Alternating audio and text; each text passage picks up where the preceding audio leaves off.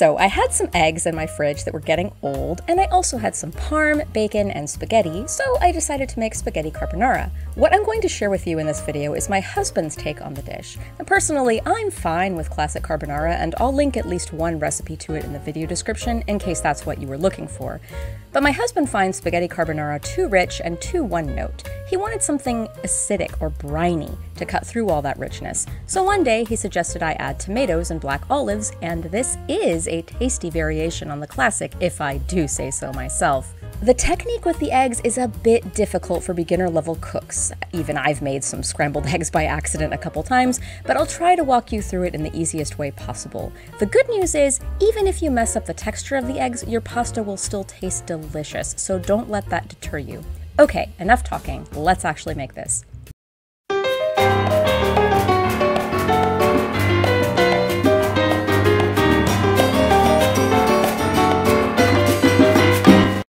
You start by bringing a pot of salted water to the boil. Put a strainer in the sink and a measuring cup on the stovetop next to the burner. You'll thank me later. Unfortunately, timing is everything with this dish. You want the spaghetti to be just the right amount of doneness by the time your bacon, tomatoes, and olives are ready. And your cook times will vary depending on your stove and what kind of pots and pans you're using. So if you want to be on the safe side, go ahead and start rendering your bacon now as well. You can always take it off the burner if it finishes rendering before you're ready to use it. Now, I actually buy my bacon already cut up into pieces.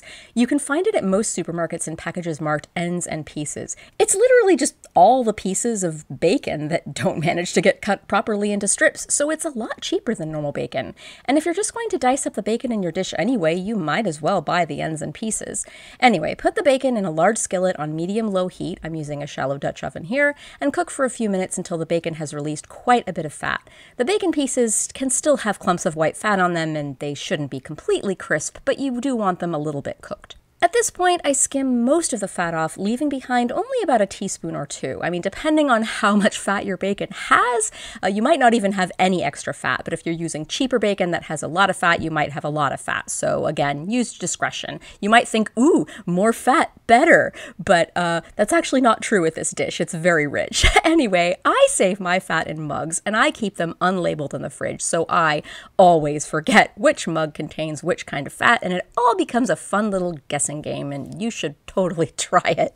Anyway, once your bacon has rendered, take the pan with the bacon off the burner and wait until your water is ready for your spaghetti before you proceed with the next step. If your spaghetti water boils before your bacon is rendered, just let the water keep boiling without any pasta in it. It's not the end of the world. But I'm getting ahead of myself here. While your bacon is rendering and your spaghetti water is coming to the boil, you'll also need to prep your eggs, cheese, tomatoes, and olives. And you can totally do this step before you start the entire recipe. I just like to do it now to be more efficient.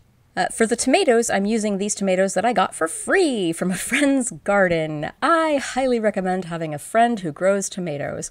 The really tiny grape tomatoes I'm just going to leave whole, but if your tomatoes are bigger than that, you'll want to cut them into about 1-inch cube-sized pieces. It's not going to be perfectly uniform, and that's totally okay. For the olives, I like to mince them by using the good old rocking knife trick. Or you could just buy pre-sliced olives and use them as is, or leave them out, I don't care. But my husband does care. He worships olives, so if you ever make this dish for him, don't omit the olives. As for the eggs, crack them into a bowl and give them a good beating with a mighty fork. I don't like to salt my eggs because the pasta water, bacon, cheese, and olives already have a lot of salt. I basically only salt the dish at the very end when I can taste it. Add some finely grated Parmesan cheese directly into your eggs and give it a stir. I like to reserve some Parmesan for the garnish at the end, but you don't have to. You'll also want to have some freshly cracked black pepper on hand. I know it sounds like an extra step to freshly crack your black pepper, but believe me, it makes a huge difference. I used an old coffee grinder for this black pepper, but you could always use one of those actual pepper mills if you want. So, when the bacon is rendered and the pasta water is boiling, I like to add the tomatoes and olives to the bacon right after I add the spaghetti to the pot. I then cook the spaghetti until it's about 2 minutes undercooked according to the package directions, and while I'm doing that, I occasionally stir the tomatoes and olives in the bacon grease. Add some black pepper too while you're at it.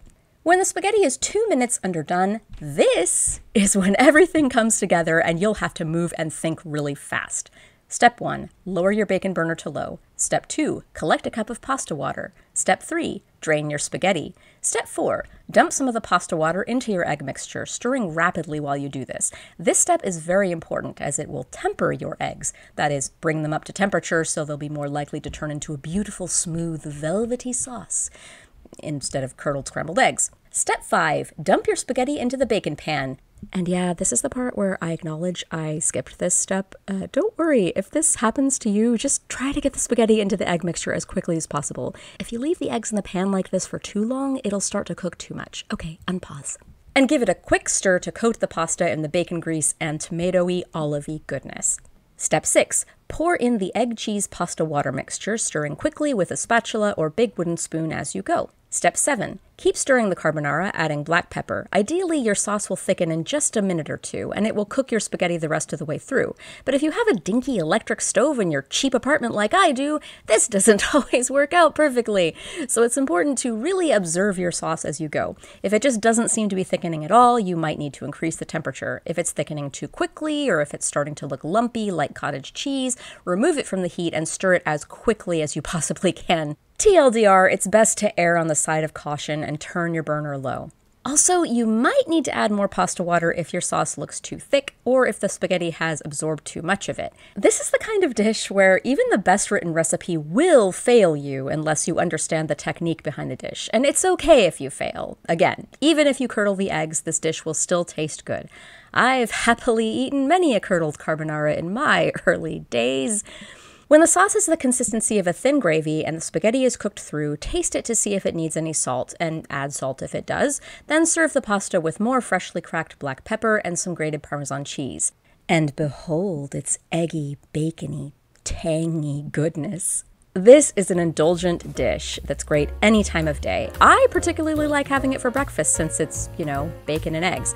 If you've made classic spaghetti carbonara before, I hope you try my husband's variation, and if you've never made spaghetti carbonara, I hope you give it a try anyway. Special thanks to my lovely patrons, especially Chrissy, Britt, Honey Badgers, Megan M, Matthew, Jenny D, Robert Z, Meru, Jocelyn, Manila, Gina F, Megan B, Data Fox, Stacy, Gina S, Ruth, Katie, Lonesome Screams, Mahir, Morgan, Vidfafo, Britta, Slawek, Veda, Colette, Sandra, and Andrea. Thanks for watching all the way through, even to the end of the credits, and check the video description for a written version of the recipe.